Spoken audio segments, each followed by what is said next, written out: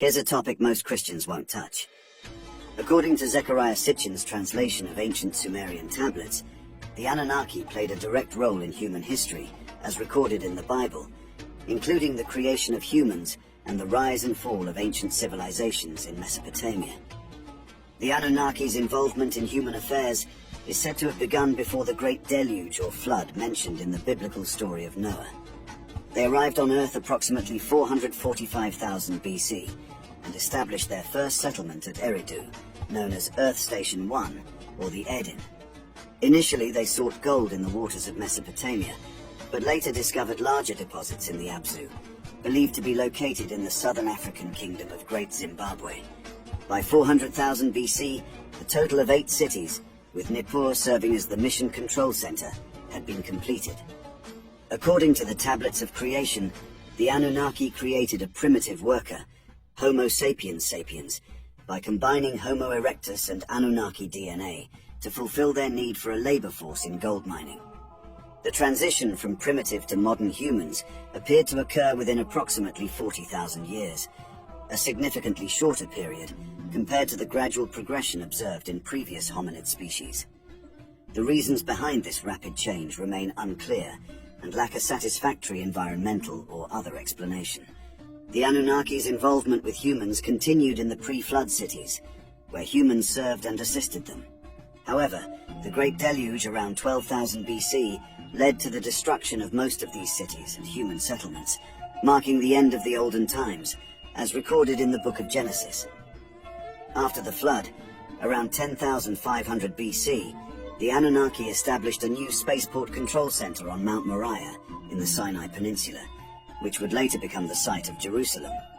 The Mesopotamian and Nile Valley regions were divided between Anunnaki princes Enki and Enlil. To maintain contact with Nibiru, their home planet, a new landing site connected to the main control center was constructed in Egypt. Pyramid-like structures were built in Egypt to serve as beacons for guiding their spacecraft to the new landing site, given the absence of natural topography in the area. However, succession wars between the Anunnaki gods of Egypt, known as the Pyramid Wars, occurred, resulting in the establishment of kingship under Horus and the formation of the first human Egyptian dynasty under Menes after the unification of Upper and Lower Egypt. Anu, the supreme god of the Anunnaki, informed them that the earth was to be inherited by humans, not the Anunnaki. Therefore, kingship was granted to selected earthlings in different regions to teach humans the knowledge, science, and arts of civilization. These regions included Mesopotamia under Enlil, the Nile Valley under Enki, the Indus Valley under the Enlilite goddess Inanna, and the neutral Sinai Peninsula spaceport for maintaining contact with Nibiru. Additionally, Ningishida, Thoth, was granted a region in Mesoamerica known as the realm of the plumed serpent Quetzalcoatl. These events are also mentioned in the Bible as the basis for the covenant between Yahweh and Abraham. According to the Sumerian records, Abraham was recruited by Anunnaki god Enlil to raise an army and defend the Sinai spaceport against Marduk's faction. Abraham's battles against the Elamites, as described in the Book of Genesis, were actually in support of Enlil. After successfully defending the spaceport, Abraham was promised descendants and a child as a reward. Later, a decision was made to destroy the spaceport with nuclear weapons to prevent its takeover by Marduk's faction. This event is also recorded in the Bible as the destruction of Sodom and Gomorrah, the divine kingship of the Sumerian Anunnaki, ancient aliens on Earth. The city of Kish in Mesopotamia was the first to be awarded divine kingship around 3760 BC. Many significant wars throughout ancient and modern history are believed to have been influenced and directed by the Anunnaki's struggle for control of earthly divine kingship. For example, the Persian Wars, including the rise of the Amorites under Sargon of Akkad, were attributed to the influence of the Anunnaki. Sargon of Akkad credited Anunnaki goddess Inanna Ishtar for directly assisting and fighting in the wars that led to the formation of the Akkadian Empire. When Marduk claimed that the Age of the Ram had arrived, he initiated a campaign that destabilized the Mesopotamian region. He conquered Nippur, defiled Enlil's temple, and established his new temple in Babylon. The Enlilites responded by destroying the Sinai Peninsula spaceport with nuclear weapons, as described in the destruction of Sodom and Gomorrah.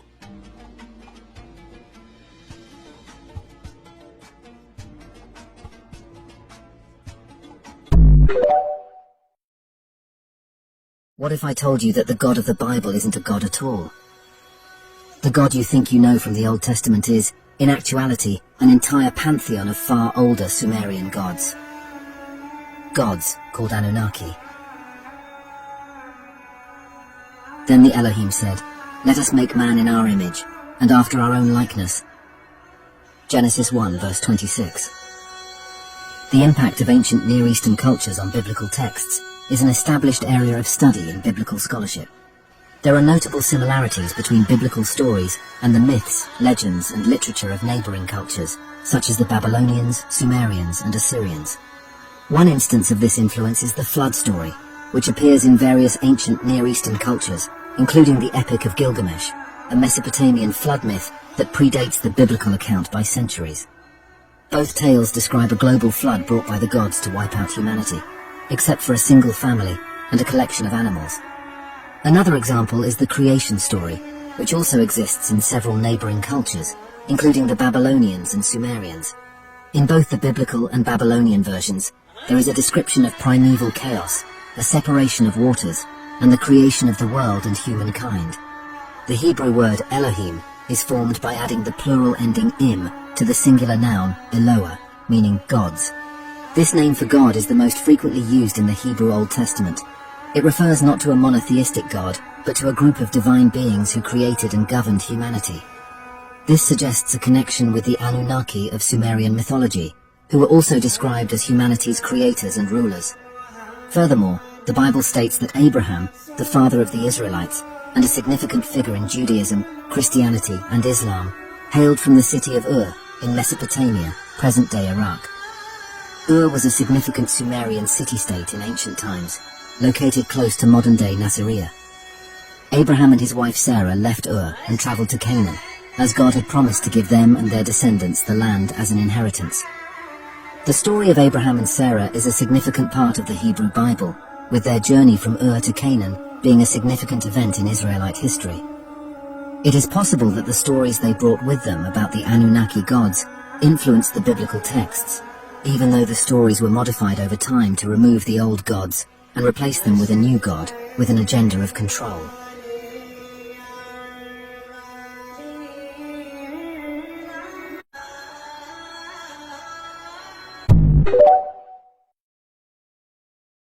I told you that the rapture and return of Christ spoken of in the Bible is actually the return of powerful extraterrestrials.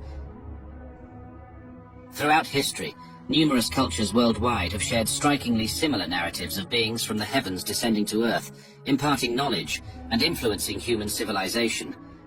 These entities, often referred to as ancient aliens, have captivated human imagination and sparked curiosity about the potential existence of extraterrestrial life.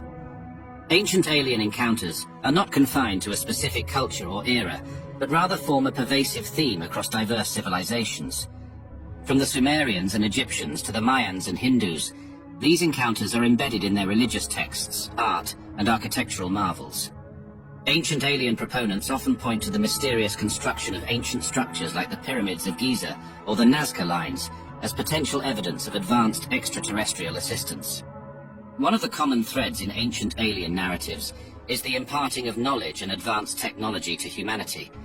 From agriculture and medicine to astronomy and architecture, various cultures attribute their intellectual progress to interactions with these celestial beings. Some even argue that the advanced knowledge given by ancient aliens played a pivotal role in shaping human civilization and accelerating its development. While concrete identification of ancient aliens remains elusive, their descriptions often align with beings depicted in mythology as gods, deities, or divine messengers. In ancient Sumerian texts, the Anunnaki are described as extraterrestrial beings who visited Earth in ancient times. In Hindu texts, Vimanas, or flying chariots, carried celestial beings known as Devas and Asuras. These recurring themes across cultures raise intriguing questions about the possible existence of extraterrestrial entities. Within the realm of ancient alien theories, the idea of a potential return of these celestial beings to Earth stirs both fascination and trepidation. Some proponents suggest that ancient prophecies predict the eventual return of these beings, heralding a new era of knowledge and enlightenment for humanity. This anticipation of their return has been integrated into various religious and esoteric beliefs. In certain circles, the concept of the return of ancient aliens has been intertwined with theological beliefs, such as the rapture and the second coming of Christ. Some speculate that the return of these advanced beings will coincide with significant cosmic events, signifying a moment of transformation or spiritual ascension for humanity. Additionally, theories have emerged that propose the correlation of ancient aliens with angelic beings described in religious scriptures. While these ideas have sparked discussions and imaginative explorations, it is essential to differentiate between theological beliefs and speculative theories. The rapture and the return of Christ are deeply rooted in religious teachings, while the concept of ancient aliens is part of a broader discourse surrounding extraterrestrial life.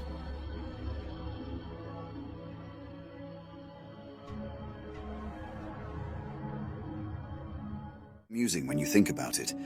So many people would rather hold on to the idea of angels, demons and hocus-pocus magic, instead of considering the possibility that those advanced entities mentioned in the Bible and other religious texts could have been extraterrestrial beings with advanced technology. Just imagine if we stumbled upon a planet that was habitable and populated by little semi-sentient creatures akin to Ewoks. You can't convince me that we wouldn't be ruling that planet as pseudo-gods in no time. But let's take a step back and dive into the Sumerian tablet stories. These ancient texts go back literal centuries before anything in the Bible was written. And guess what? They fit right into this extraterrestrial theory. So, when you connect the dots, it starts making a lot more sense to consider these beings as advanced aliens, rather than mystical entities.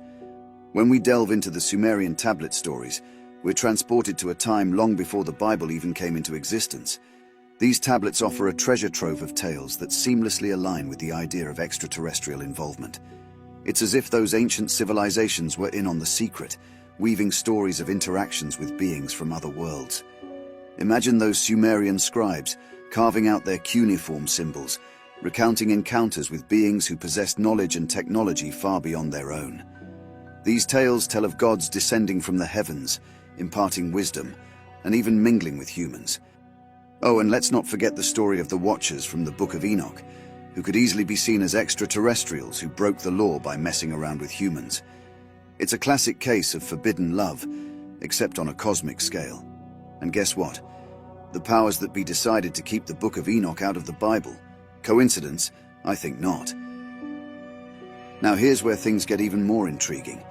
The decision to keep the Book of Enoch out of the Bible raises eyebrows and sparks curiosity. Why would the powers that be exclude a text that hints at extraterrestrial involvement? Was there an agenda to suppress these cosmic escapades, to keep us in the dark about our potential cosmic neighbors?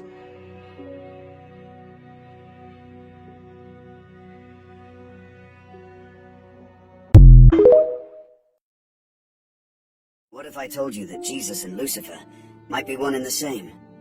In the depths of ancient mythology and symbolism lies a web of interconnected stories and hidden knowledge. The threads that link various mythological figures, religious symbolism, and the stolen ancient wisdom will paint a shocking picture. By examining the connections between Enki, Osiris, Jesus, and other figures, we uncover a profound new perspective on these figures. Enki, sometimes known as the goat-fish god, holds a striking resemblance to the triad of Mendes, a group of deities from ancient Egypt. The lower and upper regions of Egypt worshipped different forms of the triad, depicting gods such as Khnum and Banebjedet with goat heads. These deities, including Osiris, were associated with creation and the pouring of water, symbolizing the formation of mankind. The convergence of traits among Enki, Osiris, Khnum, and Banebjedet suggests a shared origin and knowledge. On the shortest day of the year, December 22nd, the winter solstice marks the symbolic death of the sun. This date holds significance in the story of Osiris, where his jealous brother Set kills him and dismembers his body. Isis, also known as Hatmehit, gathers the pieces of Osiris and resurrects him after 3 days. The construction of 3 pyramids, corresponding to the Orion constellation, plays a vital role in this resurrection. On December 25th, the solstice known as the Southern Cross, Osiris is reborn as Horus, coinciding with the sun's return to its northern position. The parallels between Osiris's resurrection and the Christian narrative of Jesus' birth on December 25th are thought-provoking. The similarities between Enki, Lucifer, and Jesus add another layer of intrigue to the narrative. Both Enki and Lucifer fell from their heavenly positions, with Osiris reflecting this story closely. The conception of Jesus through the Virgin Mary echoes the notion of Lucifer falling to earth and merging with humanity. The shared titles between Jesus and Lucifer, such as Morning Star and Bringer of Light, further emphasize the connection. Interestingly, both Jesus and Lucifer are associated with the planet Venus in biblical references, which follows a pentagram-shaped orbit over 8 years. The name Jesus was absent from original Bible texts until the Romans entered Egypt, stole ancient knowledge, and rewrote the Gospels. The creation of Roman Catholicism and Christianity aimed to enslave the people of Egypt, suppressing their ancient knowledge. The Crusades sought to eradicate any remnants of the original teachings and persecuted pagans who held on to this wisdom. The Roman elite created churches worldwide, reserving the truth and knowledge for the highest members. Using false gospels and the fear of eternal damnation, they exerted control over the masses. The stolen knowledge hidden within religious allegory and symbolism extends beyond the Bible. It permeates society through various mediums, such as media and entertainment. The word media itself derives from Medea, a Greek goddess associated with magic and medicine. The very media that shapes our thoughts and influences our beliefs is rooted in ancient knowledge that has been twisted and used to control and occupy our minds. Even the familiar symbol of the twin serpents on the staff with wings, commonly seen in hospitals and on ambulances, originates from the staff of Osiris, Hermes, and Thoth.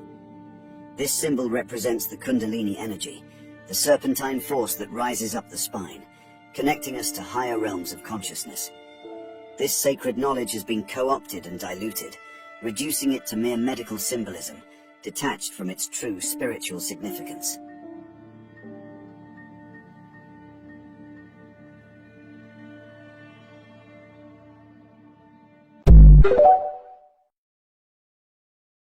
Cube of Saturn, also known as the Saturnian cube, has captivated the curiosity and imagination of many, particularly within esoteric and conspiracy theories. This enigmatic symbol is closely associated with the planet Saturn and has garnered diverse interpretations and beliefs across various cultures and belief systems. In esoteric traditions, the black cube is regarded as a representation of Saturn's energy or a cosmic force linked to the planet's characteristics. It is often perceived as a symbol shrouded in mystery, embodying occult power and the veiled realms of hidden knowledge. The cube's dark color is frequently associated with Saturn's association with darkness, time, and the shadow aspects of existence, hinting at profound meanings. The association of the black cube with Saturn can be traced back to religious and mythological contexts as well. In ancient Babylonian culture, the deity Ninurta, or Marduk, was symbolized by a black cube, signifying its divine essence and power. Furthermore, in Islamic tradition, the Kaaba, the revered structure located in Mecca, is a large black cube-shaped building. Considered the holiest shrine in Islam, it serves as the central focal point for Muslims during the Hajj pilgrimage. The Kaaba's black color and cubic shape have forged connections with the concept of the black cube, as both inspire awe and reverence within their respective religious contexts. Beyond religious and esoteric associations, the black cube has also attracted attention in conspiracy theories. It is occasionally depicted as a symbol of control, manipulation, and occult influence wielded by secretive elite groups. These theories often interweave the black cube with notions of global power structures, secret societies, and alleged hidden agendas. However, it is important to approach these theories with discernment, recognizing the distinction between factual information and speculative claims. In esoteric and occult traditions, the black cube assumes deeper significance. It is viewed as a symbol of mystery, power, and transformation, representing the realm of hidden knowledge and the material dimensions of existence. The cube's three-dimensional nature also symbolizes the interplay of opposing forces and the intricate dimensions of physical reality. It is often associated with the seeker's spiritual journey, illuminating the path towards self-discovery and transcendence. The allure of the black cube's enigma extends far beyond its various associations. It has sparked profound contemplation and imaginative speculation, drawing connections and inspiring theories that transcend cultural and historical boundaries. Some theorists delve into the realms of ancient civilizations and mythologies, seeking to uncover hidden truths and mystical wisdom embedded within the Black Cube's symbolism. They explore the ancient Babylonian traditions, where the cube represented the divine essence of powerful deities. By examining the significance of the Kaaba in Islam, they unravel the spiritual significance of the Black Cube as a focal point of devotion and the embodiment of sacred unity. Conspiracy theories surrounding the Black Cube venture into the realm of secrecy and power. They suggest that elite groups or clandestine organizations employ the symbol as a representation of their hidden influence, manipulating global events and orchestrating secret agendas. While it is essential to approach these theories critically and with a discerning eye, they attest to the captivating nature of the Black Cube and its potential to evoke intrigue and speculation. Esoteric and occult traditions regard the Black Cube as a conduit for transformative experiences and spiritual enlightenment. Its dark facade symbolizes the journey into the depths of the self and the exploration of hidden knowledge.